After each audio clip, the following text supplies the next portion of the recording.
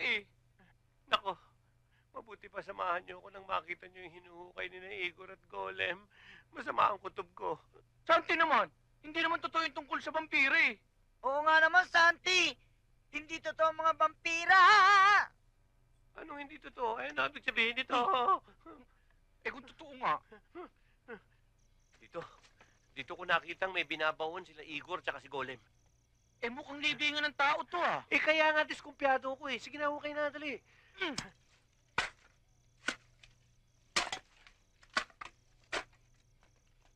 Si Mami, tago muna kayo.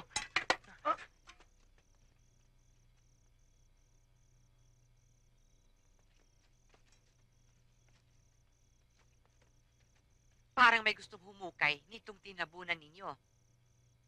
Si Santi.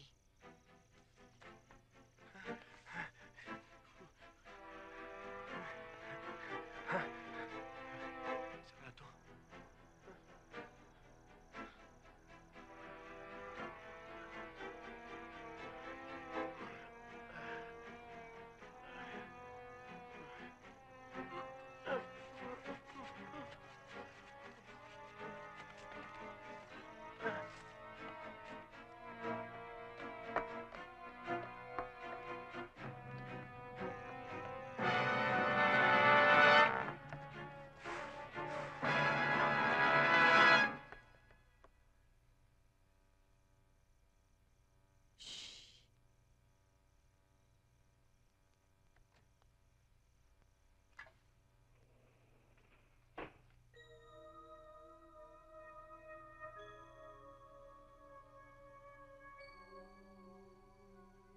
Tao.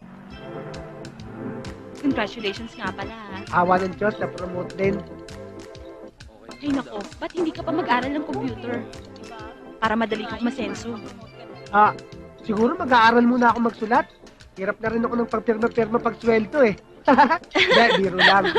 Uy, baka hanapin agad tayo sa opisina. Hindi naman. Break time naman. Pero pagkatapos natin, ito, eh. hatid mo ako kaagad, ha? Sige. Okay lang ba sa'yo?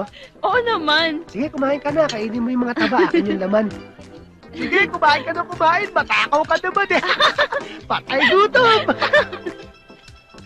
Telephone.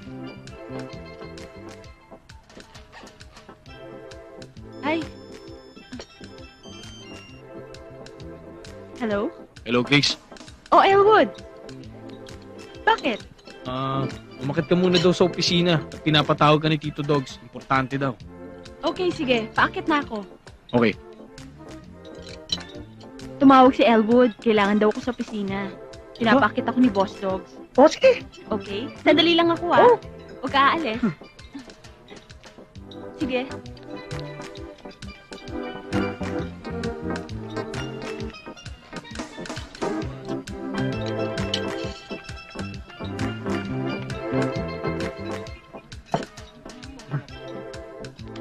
Kala ko ba, akit ka sa opisina? Mismo ako, na. Elwood? Tigas talaga ng ulo mo, no?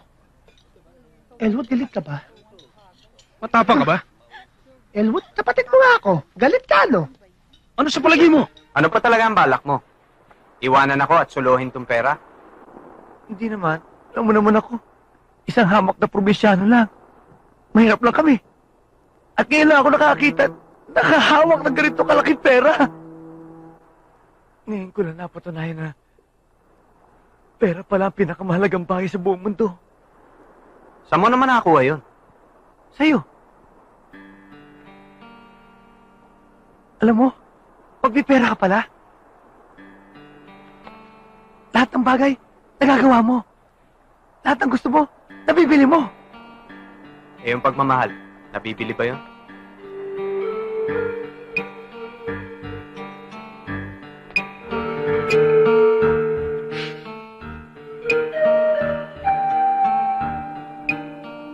Sabagay,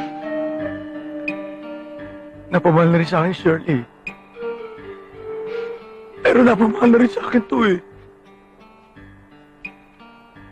Ano gagawin ko? Nasa sayo na yan. Ano ba talaga ang nasa loob nito? Puso o piso?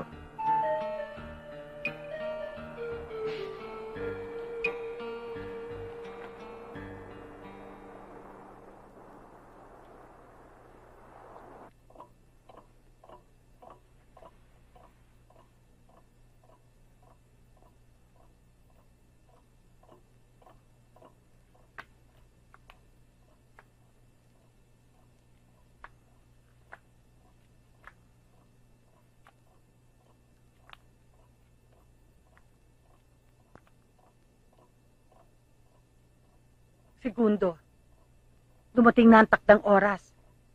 Anong gagawin natin? Siguro manalangin na lang tayo. Para magkaroon ng kasagutan ng kaligtasan ng mga anak natin. Don Segundo. Ganj! Tuloy kayo.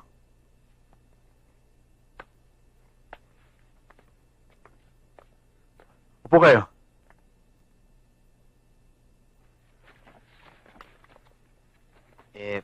Meron ho sana kaming ipagtatapat sa inyo eh. Ikaw na. Sa hindi ho inaasahang pangyayari, sa amin ho napunta yung ransom na 10 milyong piso.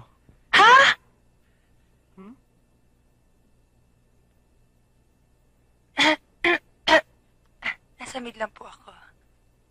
Pero dahil alam ho namin na ito ang kailangan nyo para iligtas sina Girlie at Shirley, isosoli na ho namin. Bitawan mo na.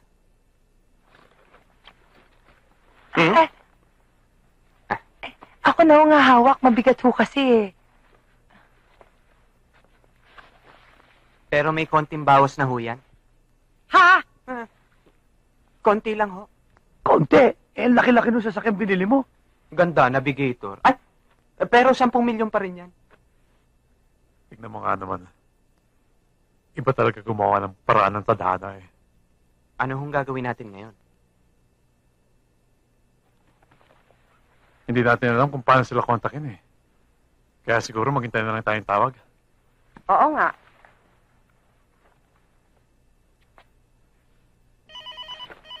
Hello? Hello? Hello? Hello? Hello? Hello? Hello? Ito. Anong gagawin namin?